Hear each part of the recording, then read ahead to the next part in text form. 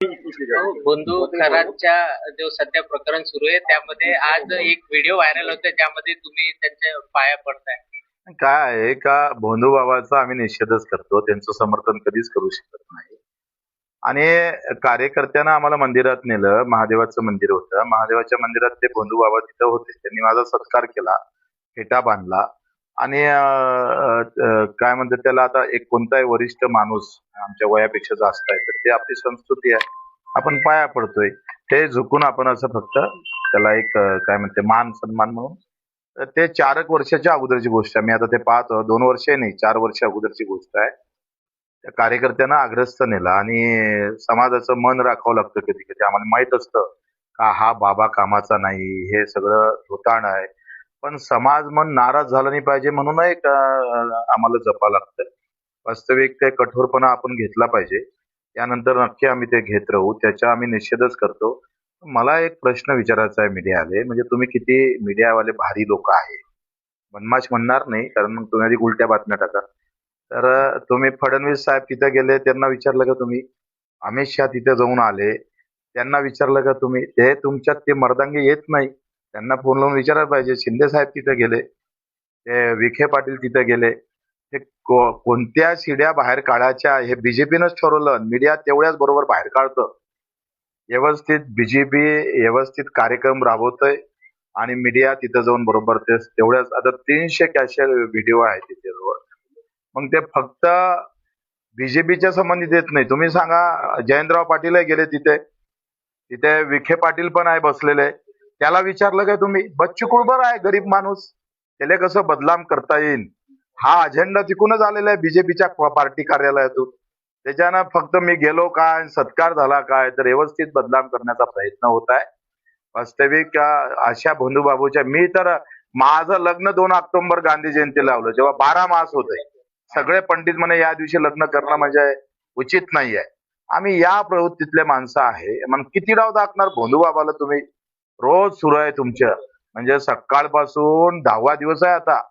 एवढ्या जर आत्महत्या दाखवल्या असत्या ना मीडियानं, कदाचित त्याच्यावर वाचा फुटला असता. तुम्हाला काहीतरी सांगत होते ते थोडं ते आवाज. काय माहित मला, काही 4 वर्ष अगोदर काय काल काय भाजी खाल्ली माहित नाही माणसाने, त्याच्या अगोदर तो काय सांगत होता कोणाला माहित आहे. कराडच्या तिथे जेवढी लोक गेले त्या सगळ्यांची मंत्र्यांची राजीनामा घेतली पाहिजे अशी मागणी होत आहे. संतांचा महाराष्ट्र कुठेतरी बुवाबाजीच्या मागे जात आहे. अरे राजा, तो बुवाबाजी आता माहित पडला ढोंगी आहे म्हणून, अगोदर थोडा माहित होता. आसाराम बापूच्या भेटीला मोदीजी पण गेले ना.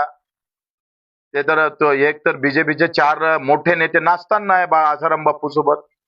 आता ते पंतप्रधान आहे, त्याचा राजीनामा पहिले नाही घ्यायला का? ते झाकून ठेवायचं आणि हा राजीनामा घ्यायचा आहे. हा त्याच्यात प्रत्यक्ष सहभागी असत, कोणासोबत कोणाचा फोटो निघतं, कोणी जातं दर्शनाला, म्हणून त्याला तुम्ही आरोपीच्या पिंजऱ्यात टाकत, चुकीचं आहे ना ते. भाजपचे मंत्री व्हा नंतर भेटा असे ते बंधू खरात तुम्हाला बोलले असं आता आवाज येतो. 4 वर्ष अगोदर मला वाटतंय तेव्हा तर मी उद्धव साहेबांचे मंत्री झालो होतो. त्याचं पुढं निदानच चुकीचं निघालंय. त्यांनी सांगितलं भाजपचे मंत्री व्हा आणि पुन्हा मला भेटायला या असं बोलते ते पण audio आम्ही काही कसं आहे, तो अपघात आहे, ऍक्सिडेंटली आम्ही तिथे गेलो, म्हणजे मला माहितही नाही तिथं खरात आहे म्हणून. पण तिथे महादेवाचं मंदिर आहे, तो कार्यकर्ता आग्रह करत होता आणि मग आम्ही तिथं गेलो. आता कार्यकर्ता आहे म्हटलं का त्याला मान सन्मान द्यावं लागतं कधी कधी, बरेचदा असं होतं पण. आणि तिथं ते निघाले, त्यांनी सत्कार केला, हा काही माझा चूक नाहीये, मला असं वाटतं ते काही माझी काही चूक नाहीये. पण त्याला टार्गेट करून आम्हाला बदनाम करण्याचं काम भाजपची जी टीम आहे ते व्यवस्थित काम करत आहे. त्यांना हे दाखवा लागेल मोदी साहेबांचे फोटो वेळ आली तर, ते कशा पद्धतीनं समोर गेले, आसाराम बापूस बाबत ते काय बोलत होते. फडणवीस साहेबाचाही फोटो आहे, दाखवू? हे आहे, हे चंद्रकांतजी उच्च शिक्षण तंत्र मंत्री आहे, उच्च शिक्षण मंत्री आहे, हे आहे. मग याला प्रश्न विचारला का तुम्ही? हे फडणवीस साहेब आहे, हे त्यांचा, यांना प्रश्न विचारला का तुम्ही? नाही विचारत. मग गरीब मरा आहे, बच्चू कडू गरीब पार्टीतला माणूस आहे, याला जितकं खदाडता येईल तेवढं खदाडा. हे फडणवीस साहेब पुन्हा आहे, उभे असताना एक बसलेला आहे. आता अधिक खुर्ची आहे भाऊ, काढ रे. हे जयंतराव पाटील आहे आणि हे आहे शाह साहेब, अमित शाह साहेब, इतक्या दुरून आले ते. भेटाले आणि चंद्रकांत पाटील आहे.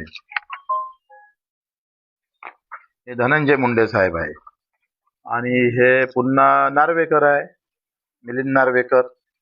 आता हे कसं आहे का मी यांना दोष देत नाही, भेटीला जाणं म्हणजे काही गुन्हा नाही आहे. आता लोकांच्या मनामध्ये काही गोष्टी असतात आणि बऱ्याच गोष्टी आपल्याला न पटत करताना एखादी गोष्ट हो म्हणावं लागतं, नाही तर विरोध घ्यावा लागतो. तर असं जर पाहिलं ना तर मला वाटतं हे तर खरं तर एकदाची चाळणी होणं गरजेचं आहे सगळ्या धर्मातले. हे असल्या प्रकारचे नाटकं हे सगळे उद्ध्वस्त करून टाकले पाहिजे. ही जी भोंदूगिरी आहे, जे जे मठ बांधले गेले मोठे मोठे, जिथे काही भोंदूगिरी चालतं ते सगळे नष्ट केले पाहिजे. एक कार्यक्रम हाती घेतला पाहिजे, कुठल्याही धर्मातलं असू दे.